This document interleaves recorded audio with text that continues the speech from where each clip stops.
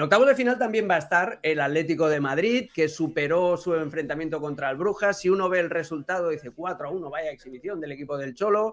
Pero aquí no estamos para leer el resultado y para leer estadísticas, sino que estamos para desmenuzar un poquito el juego del equipo.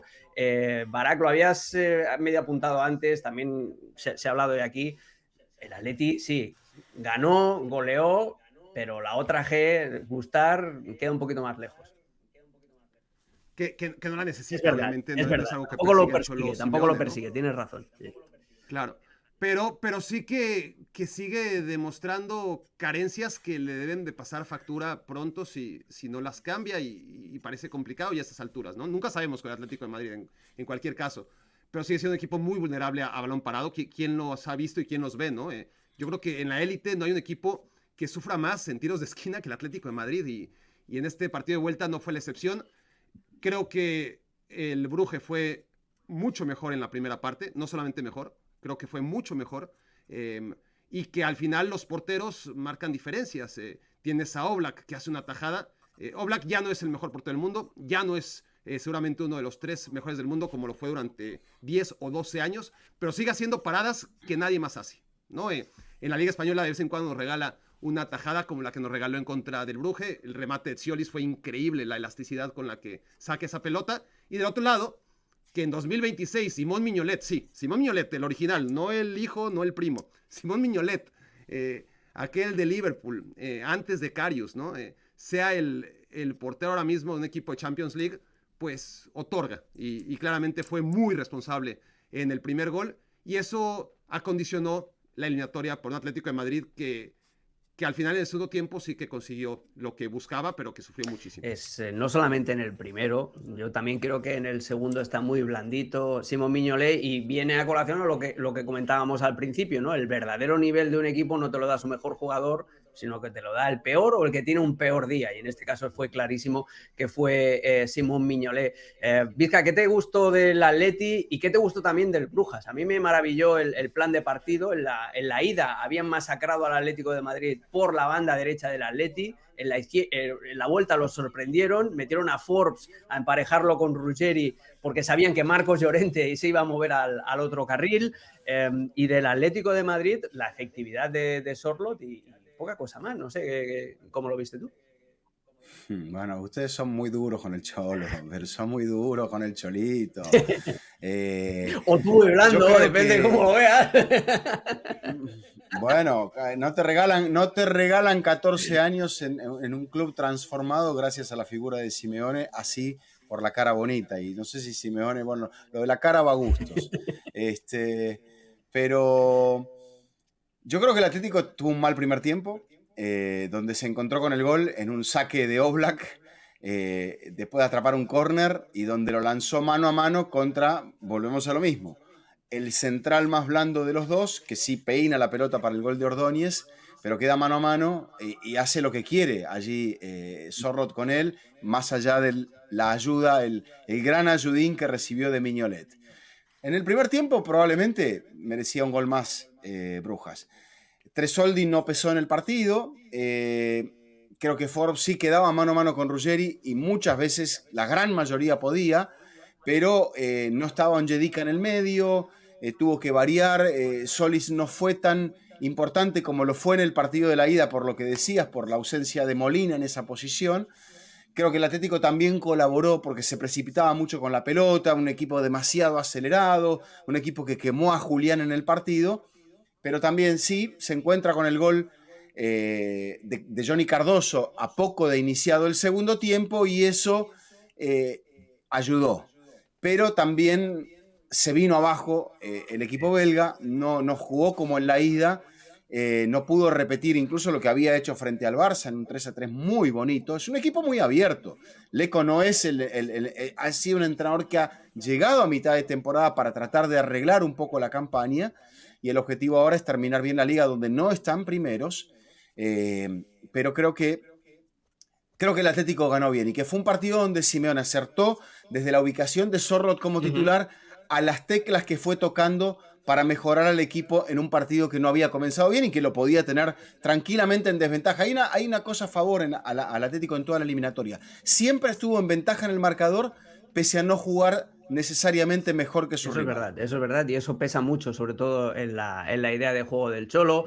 Me quedo con un par de cosas, Ricky, que ha dicho Vizca, lo de los cambios de Simeone. A mí me parece que el Atleti funciona mejor cuando se estructura en un 5-4-1 con Griezmann y con Lookman por detrás de Sorloth, para tener un poquito más, pues eso, de la capacidad asociativa de Griezmann y la capacidad de ir al espacio de Lookman. Y además Lookman estuvo muy bien en el pase al tercer gol de Sorloth. Y me quedo también con otra cosa que la tenía que decir, no viene a cuento, pero ¿qué jugador es Van Aken? Por favor, qué desperdicio que lleve 1000 años. Lo bueno es que tiene 20 años apenas. Sí, qué desperdicio que lleve 1000 años en el Brujas y que haya pasado los 30, porque qué jugador, qué calidad, qué manera de leer los partidos. Soy un gran fan de Van Aken, aquí queda dicho. A ver, a mí me pasa... Yo tengo que reconocer, Vizca va a decir que yo soy de esos que son duros con el Cholo. Yo tengo que reconocer que con los últimos años he pasado del nunca dejes de creer al no le creas nunca, ¿no? Que me parece que es lo que aplica ahora. Hay que cerrar el estadio con esto, ¿eh? Sí. Y ahí estoy, yo estoy ya... Creen los que creen y los que no creen no van a creer nunca. Y bueno, ahí estoy yo. O sea, yo creo que el Cholo calcula mal el partido de vuelta. Calcula mal el partido de vuelta desde prescindir de su mejor futbolista. El más diferencial, desde que Lookman llegó a este equipo, en los 4 partidos que llevará, ¿cuántos lleva Ademola Lookman? Ha sido el gran factor diferencial. No ponerlo de arranque me parece que es un mal cálculo, porque otro equipo con un poquito más de recursos y de pegada te pone la eliminatoria contra la pared en ese primer tiempo en el que todos estamos conscientes y reconocemos que es mejor, Brujas. Lo que pasa es que no es capaz de reflejarlo. Pero el Atlético hace un primer tiempo así en la siguiente instancia y está eliminado, como le ha venido pasando en las últimas temporadas. Y yo creo que eso es un error de cálculo. Después le termina saliendo porque Sorloth hace un hat-trick y tal, y entonces dices, bueno, qué bueno que estuvo Sorloth en el campo. Pero yo creo que está mal puesto de arranque el partido. Creo que este Atlético vuelve a entregar estos rendimientos muy a la baja, como ya le habíamos visto el partido de Liga con el Rayo, por poner un ejemplo después de cómo había goleado al Barcelona. Sigue siendo un equipo muy dos caras en esta temporada, no sabes cuál te va a presentar, y yo insisto, en una competición así, siendo el Brujas y en el Metropolitano, a lo mejor no te termina pasando factura, pero en cualquier otro escenario ante otro rival, yo creo que el Atlético no hubiera sido capaz de sortearlo. Ya lo padeció en la ida, en una eliminatoria que tenía resuelta y que terminó con los belgas subidos a las barbas, apretándole el cuello. No le ganaron el partido de casualidad, se lo terminaron empatando, pero bien se lo pudieron haber ganado. A mí es un equipo, insisto, que ya aprendí a no. Curioso, porque los dos equipos de Madrid se van de esta eliminatoria de playoff con la misma sensación, de decir, bueno, hemos pasado, pero si nos agarra un equipo con un poquito más de colmillo, la cosa hubiera sido complicada. Eso por parte del Atlético de Madrid, que va a estar de nuevo en los octavos de final. También va a estar en los octavos de final el vigente campeón, el Paris Saint-Germain, después de ganar con más apuros de lo previsto al Mónaco, especialmente en el partido en el Parque de los Príncipes, donde los monegascos se llegaron a avanzar en el marcador. Y otra vez lo que decíamos también del jugador más débil de tu equipo, Koulibaly, fue una auténtica pesadilla para el Mónaco, falló un gol cantado y acabó siendo expulsado y le puso las cosas un poquito fáciles al equipo de Luis Enrique. Vizca, ¿qué le pasa al campeón de Europa? ¿Por qué no parece tan fiable esta temporada? Bueno, le faltan piezas importantes, a todo el mundo le falta alguna pieza importante, eso no debería ser una excusa. Pero no está Donnarumma para sostener cuando el equipo sufre defensivamente. El hecho de que Luis Enrique haya tenido que rotar en la portería con Safonov, porque se dice que la primera temporada de un arquero en un club grande, cuando viene de un club no tan grande, siempre es de muchos ajustes. El tema es que creo que también en este caso hay un desgaste del modelo. Luis Enrique va a jugar, o sea, volvió a jugar sin una presencia diaria, eso no se lo vamos a pedir, que juegue, por ejemplo, Gonzalo Ramos, pero el equipo no pudo generar mucho, no controló el juego en el primer tiempo, el juego se lo controló el Mónaco, y creo que lo vi demasiado aferrado a un esquema que pareció por momentos que tenía muchas lagunas. cambió a los extremos, movió piezas en el ataque, en el centro del campo los portugueses no lucieron, lo cual es muy llamativo, y uno, no sé si es un tema físico, pero veo un equipo que está muy por debajo de lo que fue el rendimiento de la temporada pasada. Basta con ver que ante un rival que está octavo en la liga francesa, más o menos como estaba el Brest en la temporada pasada, creo que estaba un poquito más, al Brest lo barrió, le hizo 10 goles en los 2 partidos. Acá jugando casi 75 minutos con uno más, en la última pelota con uno menos, Wout Faes tuvo la posibilidad de cabeza de mandar al partido al tiempo extra.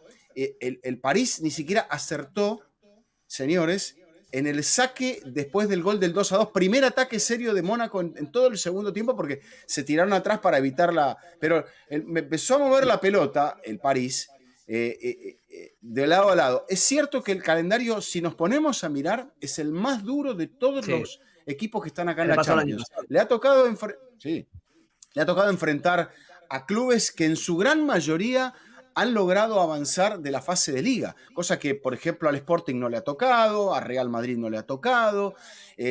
Sin embargo, lo que se ve el gesto de Luis Enrique al final del partido, lo que te digo, al Cholo le vamos a caer muy encima, pero de Luis Enrique vamos a decir, están cansados, no es para tanto. Bueno, hay una diferencia, que Luis Enrique ha ganado 2 tripletes y ha ganado la Champions, el Cholo no la ha ganado, pero con esta inversión de futbolistas y esta calidad de futbolistas, bueno, pobre Cholo, que no le compran jugadores, Ricardo. A mí me da la sensación, la sensación de que siempre tuvo buenos jugadores, salvo en la Roma y en el Celta. A mí me da la sensación de que al Paris Saint-Germain el problema es precisamente el origen del éxito, es decir, el esquema que utiliza Luis Enrique, la manera que tiene de jugar, requiere alta concentración y estar muy fino físicamente. A la que pierdes un poquito de velocidad en la distribución y a la que pierdes esa chispa para presionar, si sigues intentando hacer lo mismo, pues a veces el rival te descose. No sé si lo ves por ahí, lo ves más en función de las ausencias, el cambio a la portería. ¿Por dónde ves tú el análisis? A ver, yo en las ausencias sí destacaría 2 que me parecen fundamentales, ¿no? Porque hablamos y ensalzamos la temporada de Vitinha, que es fantástica, evidentemente lo de Dembélé, pero yo encuentro en Fabián Ruiz a un futbolista fundamental, y no tener a Fabián Ruiz no es cualquier cosa. Me parece que lo resiente el Paris Saint-Germain, que evidentemente el tema de Dembélé, más allá de igualmente cómo está otra vez la relación con Luis Enrique y todo lo que sea, o sea, son 2 bajas importantes, sumada a la de Donnarumma, creo que cuesta. Creo que no, lo que pasa es que es un poco raro decirlo, porque este equipo lo ganó toda la temporada pasada, pero sí es un equipo que al estar falto de las grandes figuras internacionales, creo que es un equipo, no quiero decir todavía en construcción o con futbolistas camino a ser grandes figuras mundiales, pero que bueno, que tienes que estar ahí y que es normal que de repente se te salgan un poquito, te bajen el rendimiento. Es decir, no es lo mismo cuando tú tienes a megaestrellas consolidadas, como le puede pasar al City, al Madrid, al Barça, a estos grandes equipos,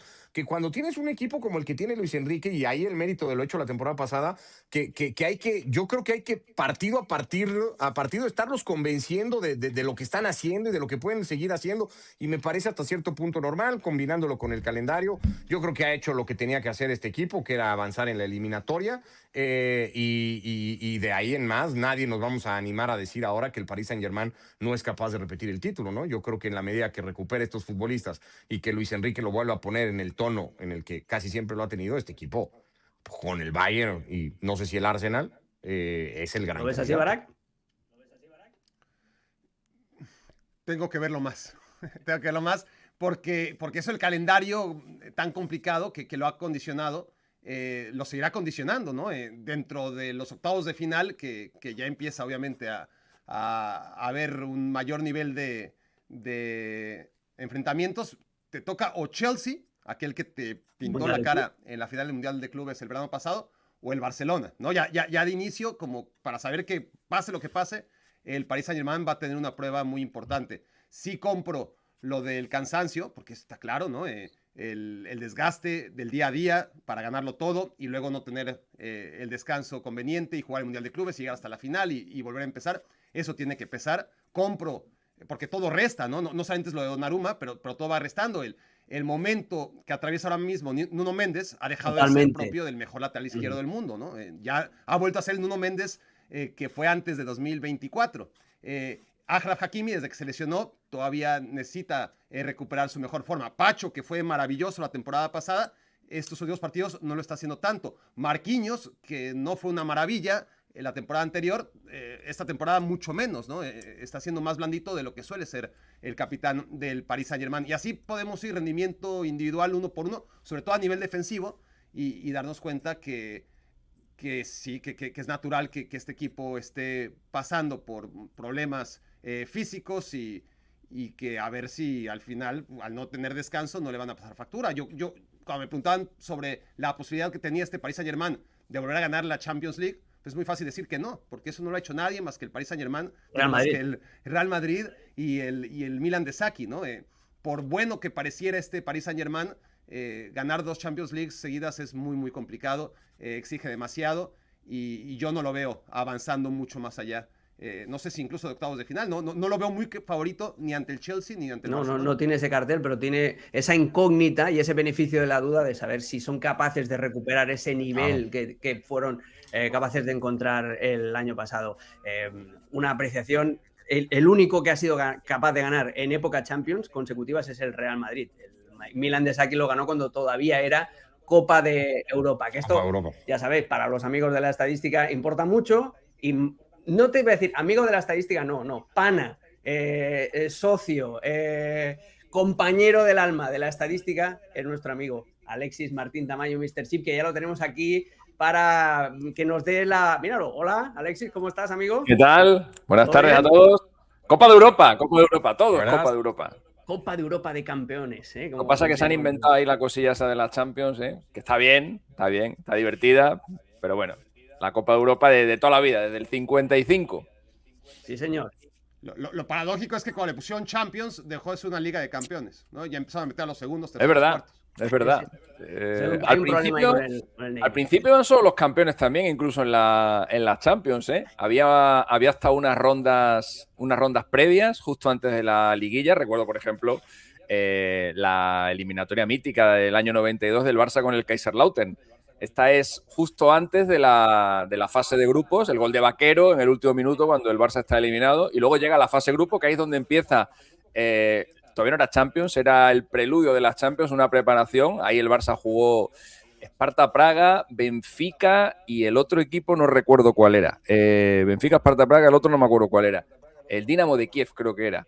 Y ahí se metió primero, iban los 2 primeros de cada grupo. El otro grupo era la Sampdoria el primero y jugaron la final. Y los primeros años fueron así. Luego ya empezaron a meter a los segundos.